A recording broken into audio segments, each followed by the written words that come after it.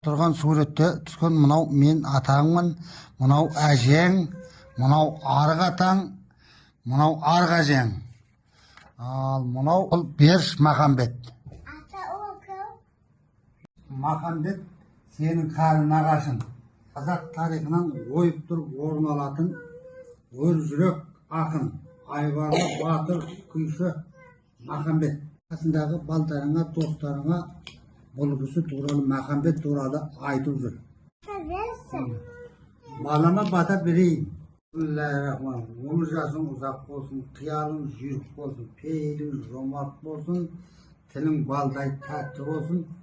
Өсе бер, тентек болмай, жақсы кәдімгі шауып жүре бер.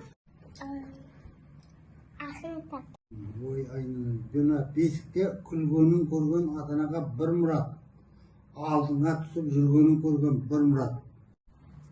Мен балама өсиет мына жинағымнан азғантай үзінді оқып беремін. Өсиет анадан қасиет.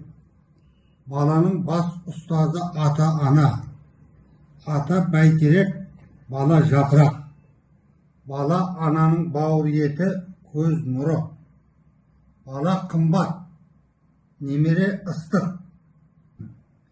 Бесіктегі баланың күлгенін көрген бір мұрат. Алдына түсіп ананың жүргенін көрген бір мұрат. Бала артта қалған із. Бақыт ұзатылған қыз. Мал қол ұстаған мұз.